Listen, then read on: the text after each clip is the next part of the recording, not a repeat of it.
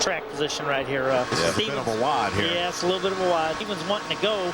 I was hoping he wasn't going to put that 51 car in the middle right now. But Brian Silas, as we look over to trouble. There's Stephen Wallace spinning around, gets caught in the front end, continues to spin. Looks like Billy Venturini possibly came along and clipped him. Second caution of the day comes out. Stephen Wallace getting turned around going through the tri-oval. See Stevens on the outside in the 61 car. Goes right up to, he just gets loose up there. boy, it kind of looked like he might have cut a tire or something. Yeah, you don't really get loose in that part of the racetrack, but it's a pretty hard contact for Steve Wallace. Billy Venturini then clipping him in that number 25, and we saw the 11 was in front of that. I believe that was just a right front tire that had exploded. See, he's waving. Yeah, he's waving the guy around. He knew he had some sort of a problem. He was waving at that 14 car behind him. I think he knew he had a flat tire and he was just trying to get out of the way. I think he had a left rear flat. Yeah, you see the rubber already came off the tire and was rolling down the racetrack. Yeah, he's out of the way up high. He was doing everything textbook. He just didn't have enough tire quite far enough around through the trial to get him through there. Look at this, four wide. Oh, this is going to be big. Yeah, that was a Stephen Wallace into the wall. The one car, Gilliland. You see, he gets a big run on these three cars. And I think Stephen was doing a great job being a little patient there. He could have pushed the issue even before. But right here, the track narrows up. Gilliland goes through the grass, and that shoots him over into Stephen Wallace. Just a huge mistake right there. Boy, John West Townley did a nice job of not making it a four-car deal. On board with Gilliland. Listen. Look who you're messing with. Four wide. Come on, man. Hold on to it. On board with Stephen. Middle three. Jet the one coming in there with fresh. Top of four. Middle four. Inside. Yeah, Stephen just got blindsided right there. Hang on to it, Steve-O. Across the track, watch, you'll see the left side tires go into the dirt right there. And there he goes. Okay. They're saying, okay, caution, turn three. So now the caution's out. See the caution waving on the right-hand side. Stephen Wallace right behind him. Oh, that's what happened. They just checked up because the caution car tries to pull out in front of the field right yes, there. Yes, he did. Caution car come out a little early there. Unbelievable. Way too early. They were both on the brakes.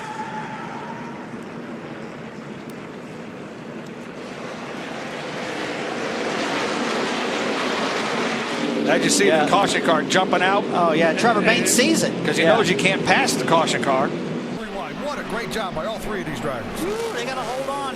Oh! And the 66 gets turned the third week in a row. He is into the wall. Kansas spins him with 2 laps to go. All right, here's another replay. Keep an eye on the 16. There it is.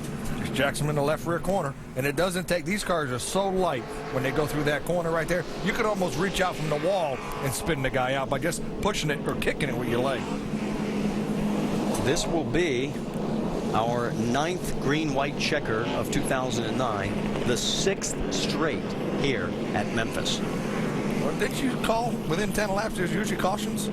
Yeah, there's been at least one in last week. That's Scott Lagacy Jr. on the 11 underneath.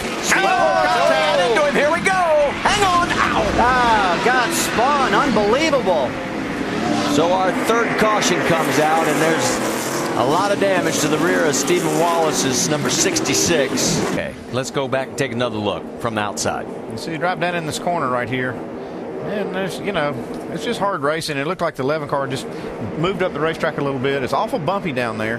It's really hard to run side by side and get into turn one. Well, Scott really didn't do anything wrong, Andy. Take a look. As he gets down, and this is a classic just get loose. Yeah, and there's just not a lot of room there. I mean, Steven's trying to keep, he's wanting this spot. Steven's trying to get this spot, so he's not going to give him an extra amount of room. They're racing.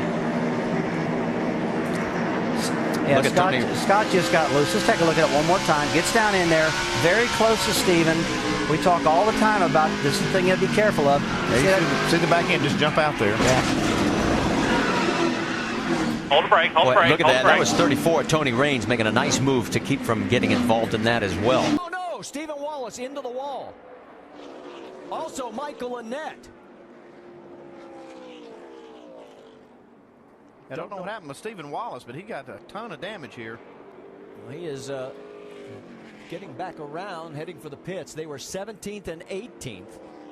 Both were a lap down. In fact, they were the only two cars that were one lap down. Best we can, Steve. Come down pit road right now. Don't speed. Stop in the stall, guys. We're trying to clear the tires again.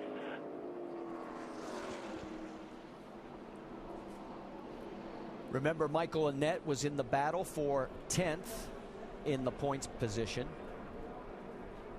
Michael McDowell is already out of the race. He's 11th in the points. And remember that these were the only two one lap down, so the next yellow, one of them would have gotten the lucky dog, and now neither one will. Well, they were battling for this spot on the racetrack, and you get to racing that hard, sometimes you find yourself in a little bit of trouble. Let's see from the replay here. You see Stephen right now.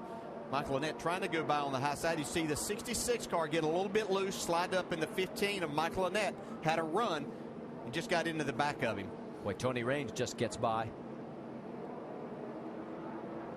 All right, let's take a look at it in real speed. Listen. Yeah, it all happened so quickly. You're carrying a lot of speed off that corner. You're well over 160 miles an hour on the exit of that corner. Like I say, they had a lot at stake. Both of these teams did, trying to get that lap back. And they'll race hard for it. Just raced a little bit too hard. Oh, no, let's hold on. We got a crash. It'll be our fourth caution. The 01 of Mike Wallace is involved, and the 66 of Stephen.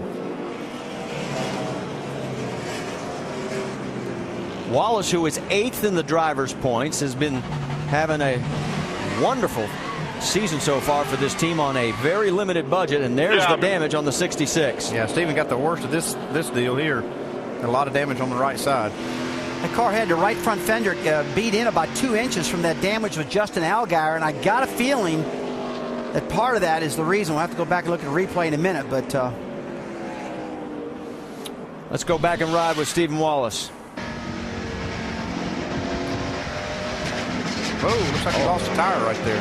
Easy here, easy. See that right front went down right Yeah. before he went in. Here. I was real concerned about that with that damage in the right front. Right side damage pretty heavy.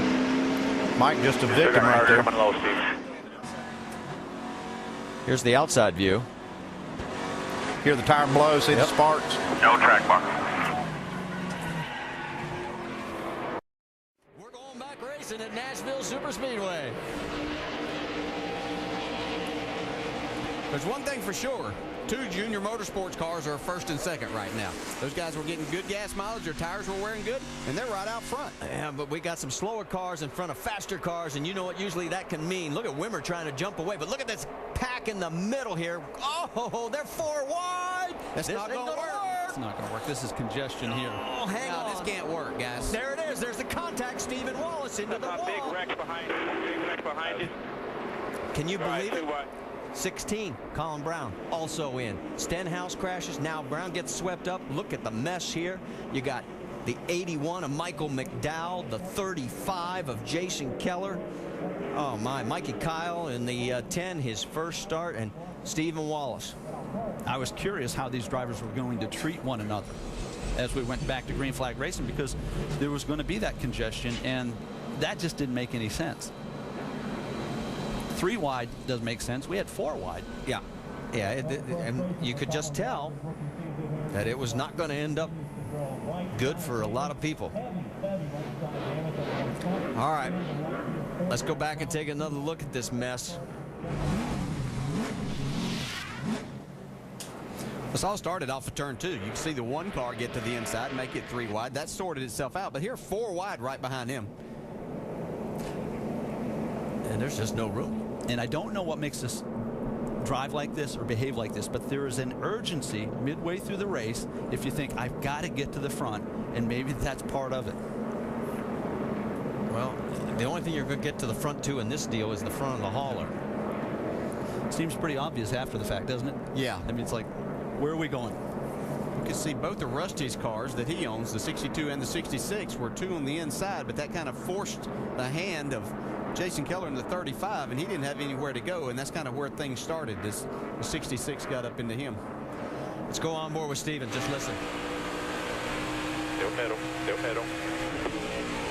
Still pedal, pedal to forward. 2 outside, 4 wide, 2 outside.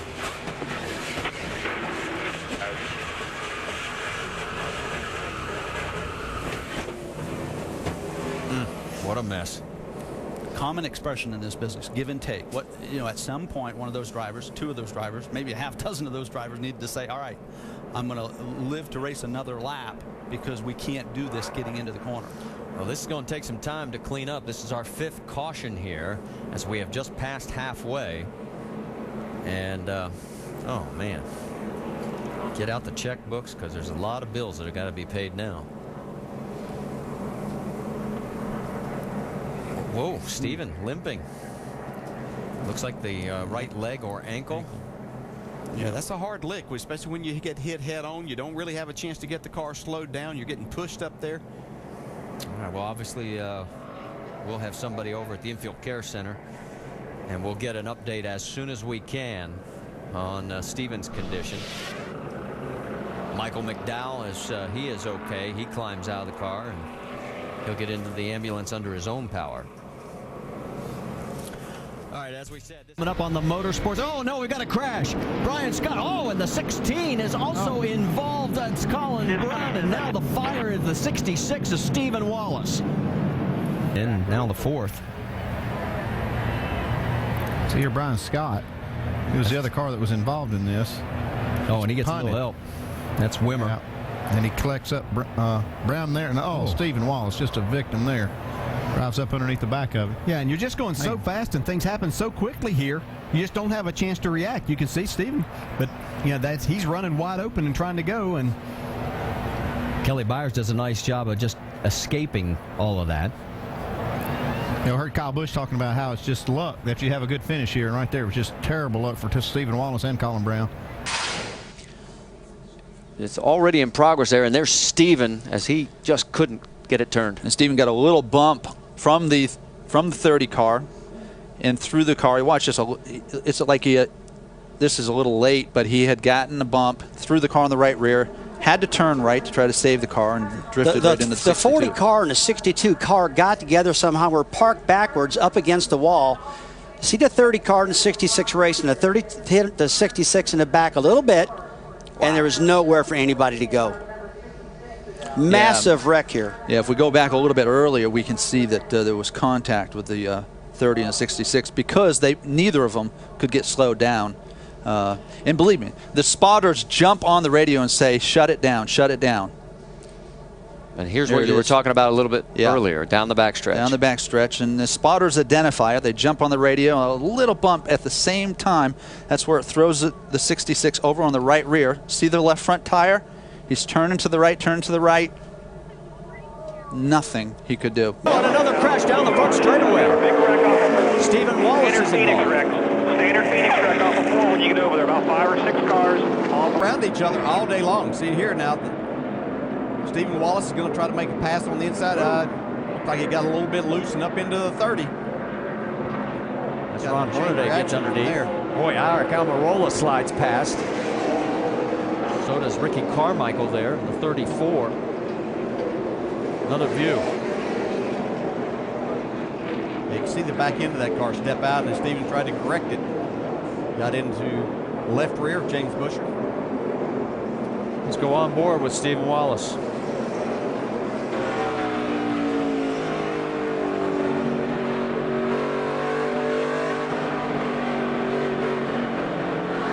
Here, Stephen just still inside. check up on the throttle, get a little bit loose. Gets in the left rear. Sends Busher for a ride. Now running in the 6th position. Oh, little contact right there. Oh, we got a crash. Stephen Wallace into the wall. And with 13 laps to go, we're going to have We got the fence there. Yes.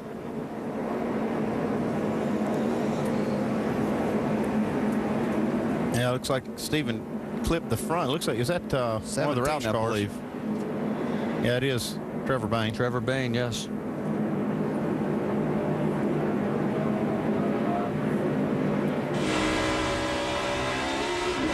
on you. Just barely. Easy.